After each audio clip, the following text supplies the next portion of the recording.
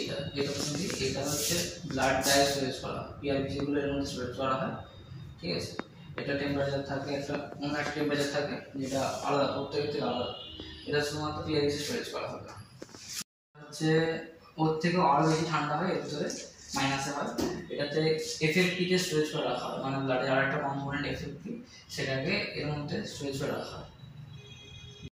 আরও বেশি কুলিং করে, মানে ওটা যেটা করছে তার থেকে আরও বেশি কুলিং করে। মানে প্রথমে আমরা যখন কম্পোনেন্ট সেপারেশন করি তো প্লাজমা যেটা থাকে সেটা খুব নর্মাল টেম্পারেচারে থাকে, তো সেটাকে একদম একদম মাইনাস ডিগ্রিতে ফ্রোজেন করার জন্য ফার্স্ট টাইম এই মেশিনটা ইউজ করা হয়, এই ফিচারটাকে ইউজ করা হয়। এর মধ্যে প্রথমে ওই প্লাজমাগুলো একদম ফ্রোজেন অবস্থায় আসবে, তারপরে এখান থেকে শিফট করে নর্মাল আরেকটা ফ্রোজেন ফ্রিজে তার মধ্যে শিফট করা হয়। এটা হচ্ছে ওর থেকেও বেশি কুলিং করে, ওর থেকেও বেশি চিল করে।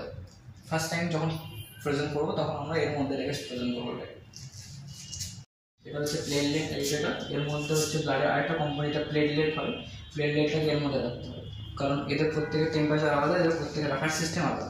তো প্লেটলেটের জন্য এই ভিতরে এই মেশিনটাকে অ্যাপ্লাই করতে হয়, কারণ হচ্ছে অন্য কোনো মেশিনে প্লেটলেট থাকবে না। এই নর্মাল একটা টেম্পারেচার হয়, সেই টেম্পারেচারে প্লেটলেটকে শেকিং করতে হয়, সেই হিসেবে এই মেশিনটা ইউজ করা হয়। এটা শুধুমাত্র প্লেটলেট ইউজ করা হবে।